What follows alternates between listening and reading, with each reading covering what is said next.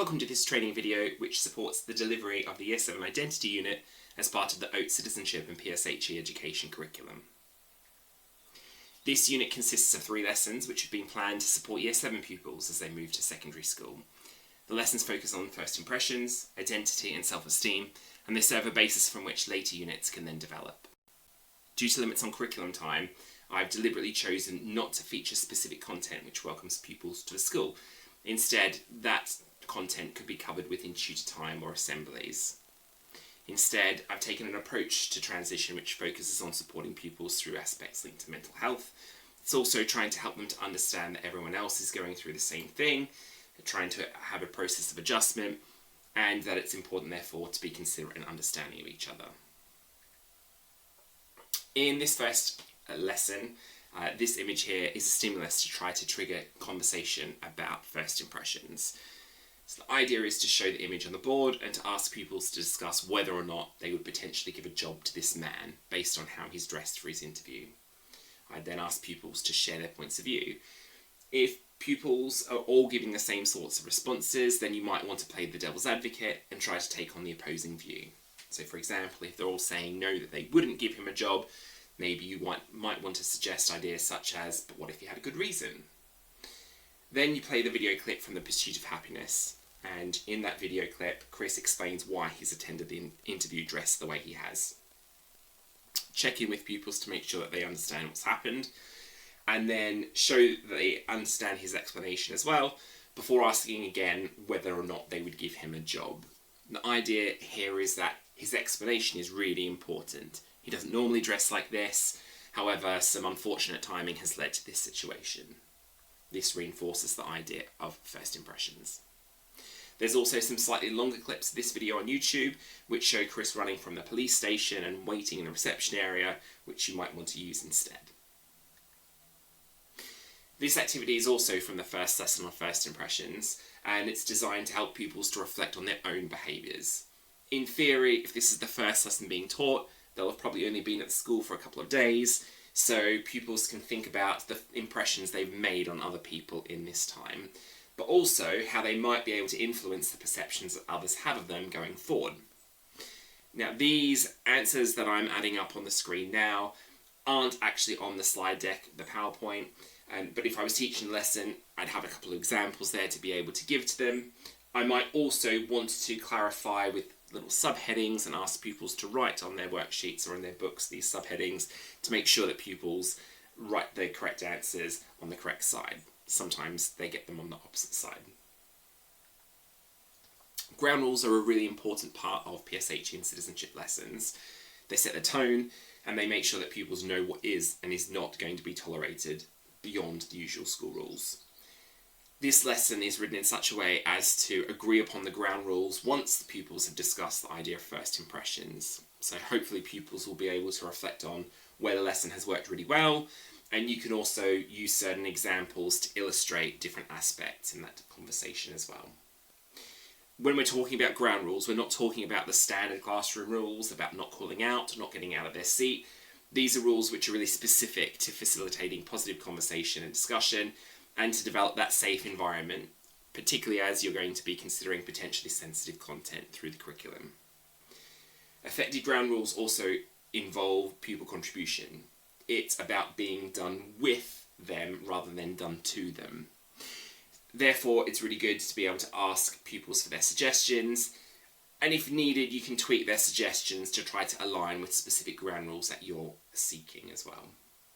If pupils run out of ideas, you might want to propose some ideas of your own, but trying to do it in such a way that you're giving pupils an option to be able to change it.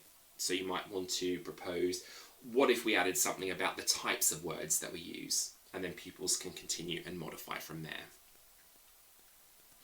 You might then want to take those ground rules and make them constantly visible. So you could stick them into books or folders or whatever pupils are using to collect and collate all of their work. Or, as is illustrated here, you could create a display in the classroom to make them really high profile and easy to refer to. So this image was from a display in my old classroom. I had the up characters hanging from the bottom of the balloons there, which is just a little bit out of shot. And I'd taken all the different ideas that pupils in my different classes had come up with, and put each of them onto a balloon in the display. It's also really important to reinforce that you're going to follow those ground rules as well. You're all in it together, but you do really need to clarify that there is a potential need to report safeguarding issues, so you need to make sure that you explain that in an appropriate way. Each of the lessons throughout the curriculum have reflection questions, which are intended to help pupils to apply the lesson content to their own lives, and they're much more open-ended in their nature. You might want pupils to discuss one or more of the questions. You could ask them to write a personal reflection if that was appropriate as well. It may be that for some lessons you just want pupils to spend 30 seconds reflecting on their personal opinion and that they don't actually have to have that conversation at all. These questions are also designed to give some flexibility. So if you end up with a couple more minutes than anticipated because you've gone quicker through the activities than you'd expected, then you could extend the conversation about these questions as well. At the start of Lesson 2, pupils need to rank potential visitors based on who they most want to visit the school. And as you go through the lesson, you'll see that there's actually only 3 different people, and each of them are described in 3 different ways. And that's to try to introduce the concept of identity, and specifically multiple identities. When you're explaining the task, it's important to be careful of your phrasing. So not to talk about 9 people, because there's not really actually 9 different people.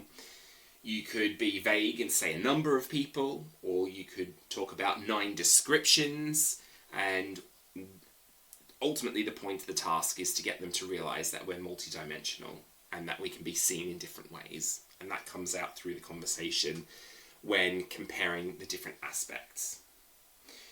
But before you want to reveal that there's only those 3 potential visitors, it's really good to be able to tally those results to be able to see people's views. So the way that I've managed this conversation in the past is to ask pupils to raise their hands for an option if they put it in their top 3 spaces. So here, I'd ask them to raise their hands if they ranked the member of the House of Lords in their top 3, and then I would tally those votes in a green pen. And then I move on to the charity fundraiser, and so on and so forth, and I tally all the way. Once you have done it once, the pupils get familiar with the system and it'll get a little bit quicker. Then I would go back with a red pen and I'd tally the lowest results. So again, for the member of the House of Lords, and then so on and so forth. This then shows the data from the whole class, and pupils were hopefully then able to identify some interesting data comparisons which you can unpack.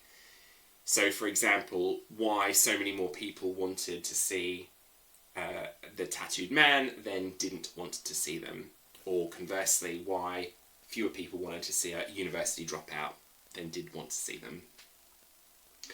When you reveal that there are just 3 people that are described in different ways, it's helpful to come back and look at this data and then analyse those different aspects of their identity.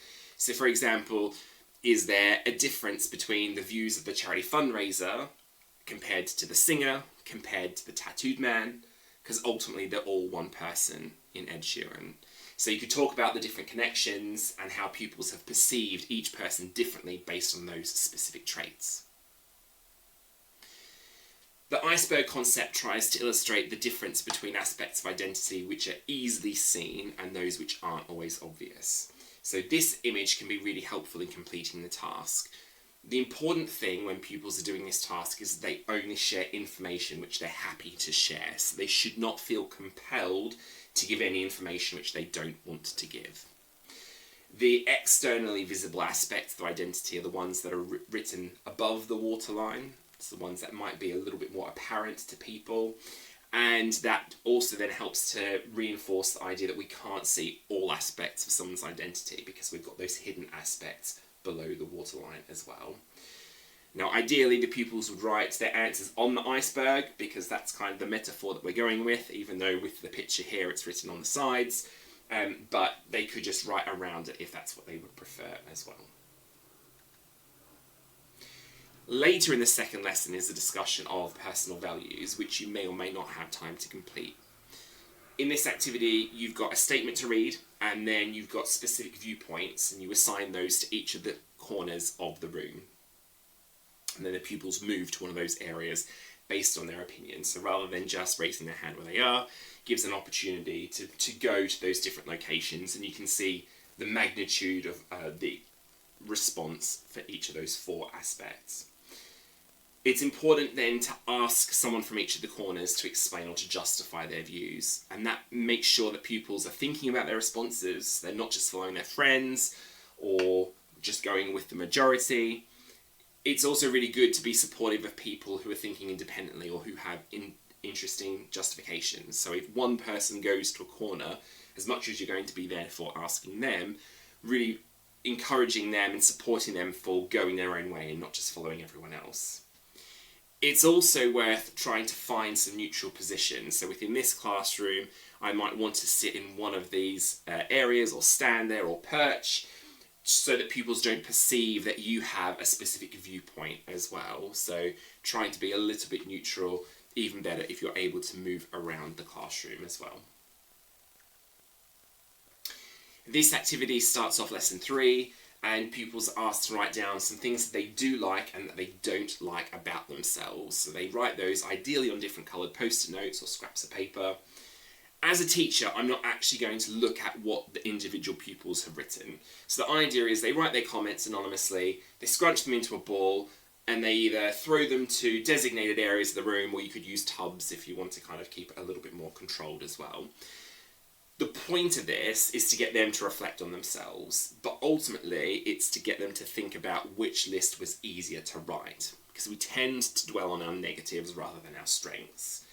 So you keep the balls of scrunched up paper on the floor during the lesson, or you could collect it into those 2 piles or boxes.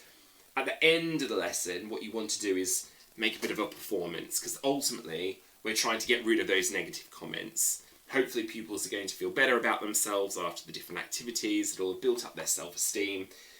Obviously, we want to acknowledge that we should be able to recognise our faults and those possibly negative attributes, but that shouldn't be our sole focus. So that's why we're going to try to put that emphasis on the positive aspects.